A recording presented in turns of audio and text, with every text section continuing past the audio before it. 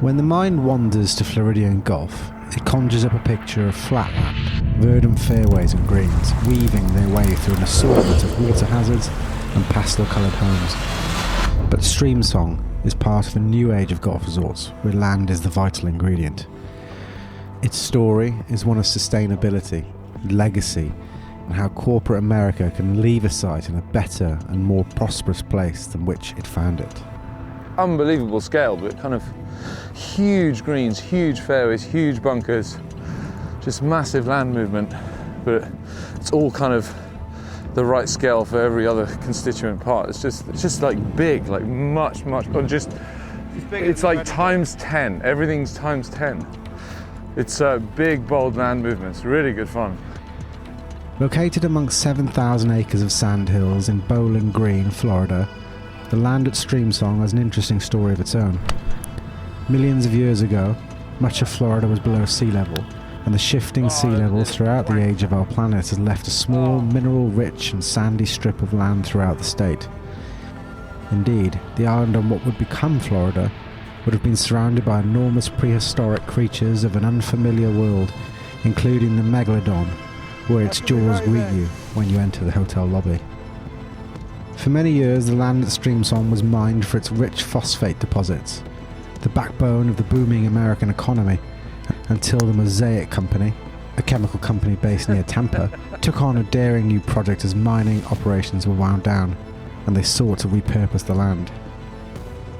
The same sandy land with its rolling hills was ideally suited for golf, and in 2012, the company chose to build not one, but 2 new courses and build the ideal golf resort. It would come as no surprise that they would seek the best architects in the business for their new courses. They recruited Tom Doak to build the blue course, and Bill Coore Ben Crenshaw for the red.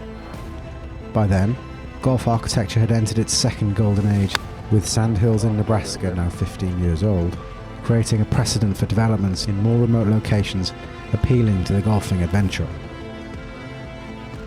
Both the red and the blue courses, a nod to the ink colours used by the 2 architects when they were plotting their courses on topographical maps, weave their way round the sandhills on the northern part of the property.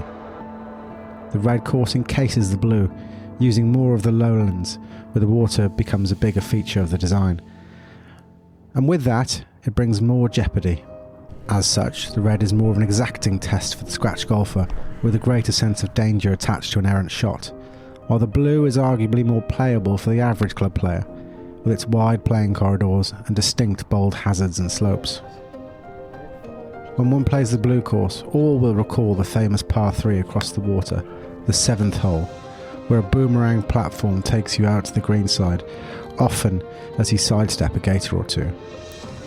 Accessing this land requires significant construction work, and no doubt was part of the collaboration or negotiation that Tom Doak underwent with Bill and Ben as they divided the land. But like many courses, too much is made of one's signature hole, an expression that the architects responsible would hate us for using. The blue course begins in the highest point of the site, views across the courses beneath, and with that the adventure begins. The use of bold hazards and distinct natural slopes in the landscape creates a sense of continuum, and its more subtle green complexes offer some welcome respite on holes like the 4th, where you navigate your way through the dangerous spots.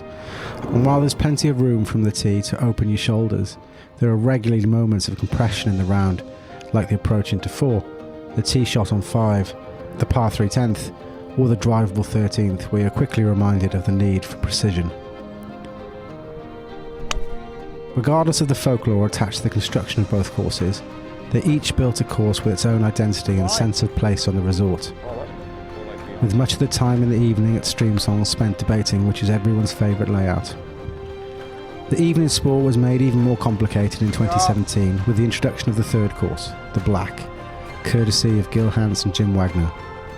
When you hit 9 holes in, I would say this is like just a lot more classical. I think you play this in 40 years and you're like, yeah. Whereas you play the black in 40 years and you could either be like, God, that was forward thinking, or do you know what? They overcooked it. It's a lot of fun. Huge. Annoyingly, blacks, the thing is, because it's a resort course, it's perfect. It's crazy and undulating. But also you want to play it like half a dozen times so you can experiment and play all the different shots. I don't know what the conclusion of that is. Whilst the red and blue offer a more traditional and familiar feel to things, the black will either be the most or least favourite course on the property. It is one of the more daring modern day developments you'll encounter. Built on the southern part of the site, the black is on a scale unlike many other golf courses. Huge expanses of sand and native areas are briefly interrupted with rolling green fairways, with extreme slopes within the greens and throughout the surrounds dictating the preferred line of play. That is unbelievable. It is a course offering ultimate width and safety from the tee, with the complexity coming with the approach shot. It is often visually deceptive, at times on holes like the second, where the optimal line is actually to hug the extreme left of the fairway to open up the best route into the green, something that only hits you after the fact. Or the 10th hole, a traditional switchback par 5, where expanses of sand and the semi-blind nature of the approach makes it far more uncomfortable proposition than it should otherwise be. There are greens like the 9th, a punch bowl on a scale like simply no other. A green where if your round stopped there would still be the perfect playground for another 3 hours as you chip and putt your way around the bowl. The contrast amongst the different layouts is ideal for resort golf, each with a distinctly different feel and challenge presented, but all courses demanding good iron play and all the shots in the bag around the greens if you wish to score well. Streamsong has become a golfing mecca in the United States. Perhaps nothing demonstrates the growth in popularity of the sport over the last decade than its expansion from 2 courses to 3, to the addition of The Chain, its new 19-hole short course built by Coore Ben Crenshaw, to its recently announced 5th course, where David McLay Kidd will add his name to the roster of architects at Streamsong. We often think that sustainability in golf is more restrained agronomical practices, finer grasses and fewer pesticides, utilising renewable energy or electric car charging ports. And whilst they are certainly key, in many ways the acts of the Mosaic Company in 2012 demonstrates an enormous contribution to sustainability in the local region, repurposing an inert site from the practice of mining and turning it into now a booming golf resort. Perhaps proof that every cloud has a silver lining. The rebirth of the land at Streamsong should serve as a reminder to all that positives can be made from any circumstance, as long as you open your eyes to the possibilities that lay before you.